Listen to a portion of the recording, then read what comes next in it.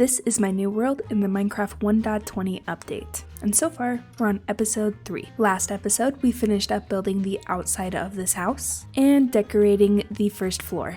So far, we haven't done anything with the second floor, but that is going to come soon, I promise. And we started making some janky starter farms, just some manual ones to get us some materials right at the beginning of the game. And in this episode, I want to come back to this side of the house and finish making a rounded roof over this part of the house and adding a giant watermill along the side of the house going into the ocean, which means that I'm gonna have to figure out where a water source is coming from. I'm thinking I'm just gonna make a river through this plains biome.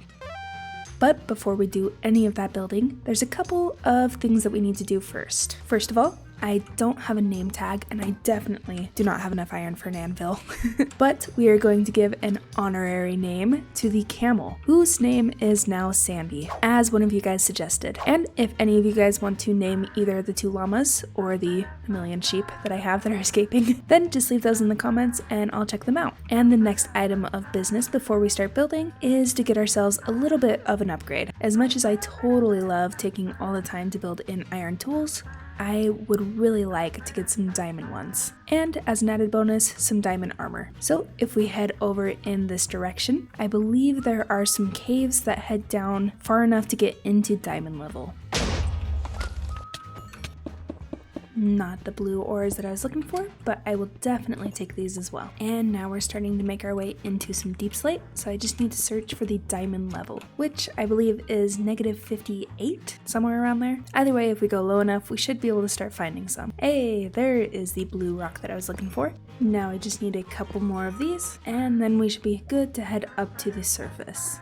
But it looks like the diamonds are definitely not making it easy for me. I think I'm gonna grab these first. And then, if we slowly make our way up here with a little staircase, we should be able to grab these, hopefully without dying. Just like that. Maybe do all that work for 1 diamond.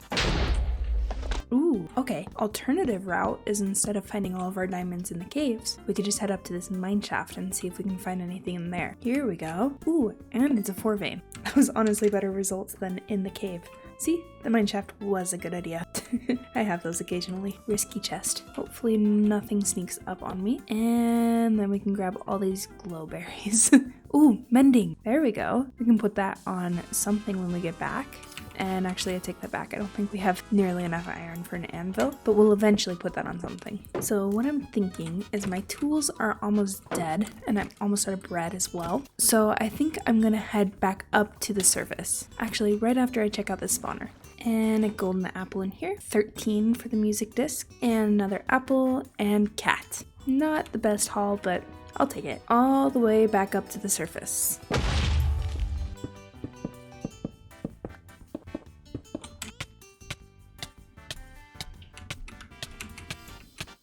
I really don't know how that happened. Oh no. I'm gonna put that there so we can go back up. It looks like we ended up right back in the village. So it looks like we have completely beaten up ourselves and all of our stuff. But we did come back with a good couple of diamonds, a bunch of iron, and a few bits of gold. Definitely a bonus still. And the mending book, I forgot about that. And we got a couple golden apples. So I think what I'm going to do, since we had a little bit of bad luck on the diamonds, is I'm just going to make some diamond tools out of those. And then for the rest of my armor and stuff, I think I'm gonna try trading with the villagers. Trading up to diamond armor isn't something that I do often, so I should probably get some practice in for it anyways. Plus, with this diamond rate, it might be easier. So let's make a couple diamond tools here, starting with the pickaxe. Then we can do the axe. And frankly, I don't think I ever make diamond shovels unless I have an absurd amount of diamonds, so we might as well just start making ourselves a helmet, just like that. And now we have some diamond tools. We can also make ourselves an anvil. And again, unfortunately, Sandy does not have a name tag, but we'll get that eventually. And I think I actually want this over here in the kitchen. Feels like it fits just a little bit better. Put it right there. Alright, and now that we have upgraded all of our tools and a little bit of our armor, it's time to get started on that water wheel. And I think I'm going to start by building the arched roof first. So I've got everything in our color palette pretty much ready to go. Now we just need to start building. And I think I've got the most jungle logs and stone bricks on me, so let's go for that palette for the roof, just like this big one. This is what I'm thinking for the basic roof shape, just a little bit of a curve that comes right below the main roof, and now I think I just need to fill it in with all of these jungle planks, which unfortunately does kind of mean that we have to get rid of some of this window, but I think it'll look still pretty fine on the inside. Then we can come through with the stairs, and I think to save a little bit of material, we can also just fill in this area with the slabs. That way we don't have to do a bunch of stone bricks all the way underneath, because this is already kind of covering that area. And then we can do that same thing with both sides and down the middle. And then we can just come through and finish up with some of the stairs. And with these last ones, that means the roof is completely finished, except for this part. I'm not really sure what to do there. I think I'm just gonna throw this just like that. And one last thing that we need to do before the roof is complete is this strip of wood right here is full blocks, which means that they are spawnable for any mobs. So we need to fix that. And I think I'm just gonna throw a couple of jungle buttons on them. It'll add a little bit of texture, but it'll be super subtle. And then we can do the same thing on the other side. And now the roof is completely finished. So next, I'm just gonna fill in this front area right here with some of our sandstone. And technically this does still lead into the house, so I may actually break down some of this wall. That way we've got a little bit more space up on the second floor.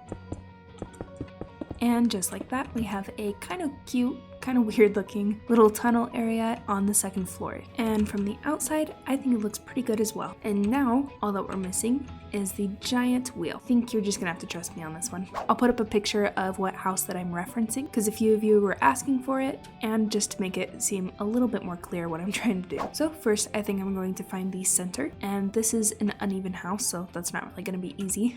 So I think it's going to be a slightly off-center wheel, and I want the wheel to be one away from the house, so we're gonna start here, and this is going to be the two parts of the wheel, and this part is going to be the center, and this should be about 10 blocks tall. And if we go in the center right here, we can put the little thing that the wheel is going to be spinning on. I really should have researched wheels or something before I made this video. I'm not really sure what anything is called, but we'll do our best. And then going out this way, we can go out a couple more blocks. And that is technically the base for our wheel. And now we just bring this part out a few more, and we can add a second base for the wheel as well. And I put these in the wrong spot, but it's okay.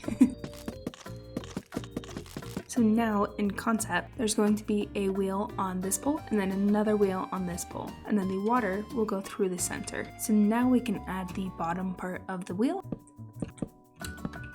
then the upper part of the wheel. Then we can go ahead and add some barrels facing downwards in each one of these corners, and then we can go ahead and add some diagonal spokes just like that, and then finally fill it in with a bunch of fences.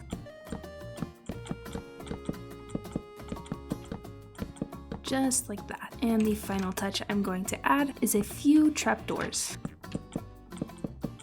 One, just to make it a little bit more detailed, and two, if I put trapdoors up on the tops and all of the full blocks, that technically makes this spawn proof, which means we won't have to worry about any mobs, which is always good. And with that makes this build completely finished, which is perfect because I am just barely out of time for this video. And although this build is technically complete, there is one thing missing, and that is the water. So currently there's not any water running through the wheel or that little river that I talked about earlier. But since we're out of time for the episode, that will have to be an adventure for next time. So if you did enjoy this episode at any point in time, consider subscribing because I would love to see you in the next video. And speaking of next videos, here's a couple that I think that you would enjoy.